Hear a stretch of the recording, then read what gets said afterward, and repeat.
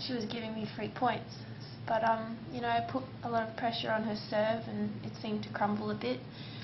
But no, you know, she obviously picked up her game in the third, and that's obviously why she's number one. Olivia, at 4-2 in the third, could you see the finish line? Yeah. Well, you know, I was serving pretty average, and I thought, you know, if I served a bit better, it would have been a different result. So, you know, next time I won't let that happen again. Yeah. Any other questions? Have you spoken to your parents?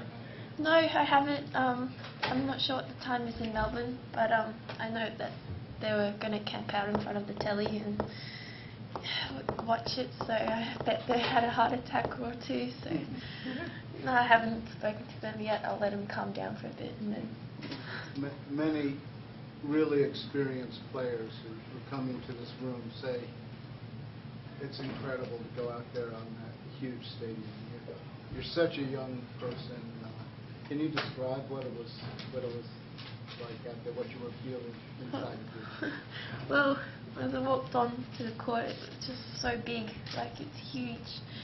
And at first it wasn't packed, but then as the match went on, like I could tell that lots more people came, and they were really loud, and I thought they were actually going for me a bit more than they were going for Dinara, and yeah, I really appreciate all the support I got. It was so much fun, like, you know, I can't describe, like, you know, when they clap for you and cheer for you and scream out your name, it was amazing. How did you keep from your mind from just racing and going to other thoughts? Well, I was told by my coach to just take 1 point at a time, and I started off a bit shaky, but as I got into it, you know, that really helped me just to, you know, focus on the point I'm playing now and try not to think too much. And I thought I did that pretty well in the first set. In the second set, I thought she really loosened up and started hitting the ball a bit harder. But in the third, yeah, I guess 4-2 up. I just have to stay more mentally tougher and not let my emotions, you know. What, deep into the third, what were you trying to tell yourself? Just to stay calm. My heart was just going crazy, and I was breathing like really fast. So next time, I guess again, I'm just gonna have to learn to stay calm and, you know, not get too excited. So. Well, Olivia, were you conscious of this big amount of pressure you were putting on the number one?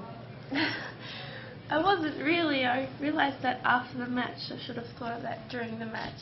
Give me a bit more confidence. But yeah, like, you know, I thought I was returning pretty well today, and I put pressure on her serve, and that seemed to crumble, especially in the tight situations. Yeah. Does it give you a different feeling about where your game is at, and having done so well and doing this and putting pressure on her, seeing what it takes, what the quality is of the player? Does it tell you that maybe you're farther along, give you more encouragement? Well, I felt like I, you know, kept up with her. Like, I didn't think she blew me off court, and, you know, I had no chance. But I ran hard, and I got to some balls. I got them back, and, you know, put pressure on her. And I thought, you know, I'm disappointed I lost, and I didn't expect to say that after playing the number one, playing the world. So it's a bit weird. Are you nervous now? No, it's just, you know, the emotions are still, you know, disappointment and excitement and everything. So. You talked about putting pressure on her serve and stuff in the baseline. When you and your coach discussed strategy, was putting pressure on her not only physically but mentally an issue? Not really. He just told me to just play my game and just have confidence in my game, and that's what I did, and I guess it all just ended up. But you were aware that she's had a record in finals and she hasn't been able to come through mentally. Is that part of your mindset? Well, yeah, a few people told me that, you know, just the last couple of weeks that she's been struggling a bit mentally, and they just said, you know, stick with her and just put pressure on her, but, you know, no one really expected me to get that close. So. You've done incredibly well in this press conference in front of the media here in New York. Thank you. Will your success here give you more confidence for future press conferences? Well, yeah, definitely. Like, you know, this is the biggest media room I've been in, and, you know, like, I'm starting to get used to it. This is my first year playing all the professional Grand Slams and some of the WTA events, so I'm starting to get used to it and really enjoying it. I love it. Your father came from Poland, your parents came from Poland? Yeah, both my mum and dad. When did you move to Melbourne?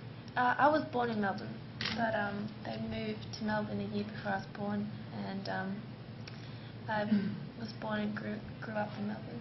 And your dad was your coach from how long? Well, we'd hit a lot when I was younger, and he sent me off to a professional coach when I was around 10, so he coached me for a couple of years. I beat him when I was 13, so he said it was time to, you know, move on. You talked about being nervous toward the end. Can't you sense when your opponent is nervous, and did you sense whether she was? She didn't look it. Like, she looked really pumped up and really, you know, threw in quite big come-ons, and, you know, so I guess her attitude just got more fierce and aggressive, and I guess that's why she's number one. Like, I kind of thought I stepped back and she stepped forward, and that's why it turned around. What's the biggest match you've played before today? No, well, this, because, yeah, I've never played in front of so many people and television. Like, I'm pretty much everyone I know is watching on TV, so that was a big factor for nerves. So I was really happy that I managed to calm down quickly and, you know, play some good tennis. Did you think about that during the match when you were actually going to serve, the picture of people back home watching? Yeah, I could picture my parents sitting on the couch. And that's a lot of pressure. Do you have a message for your family and friends back home? Do I have a message?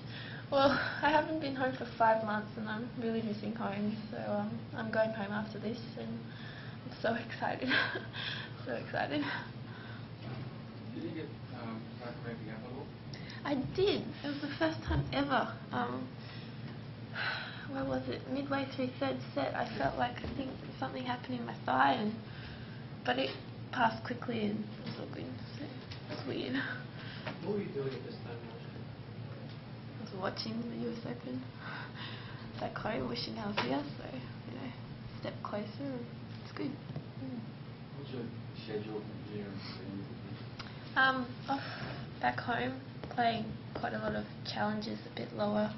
It's good for ranking points, and my goal is to get in into the Grand Slams of my own ranking, no wildcards. So try and get a few more matches and a few more points, and just, you know, get the experience and ranking.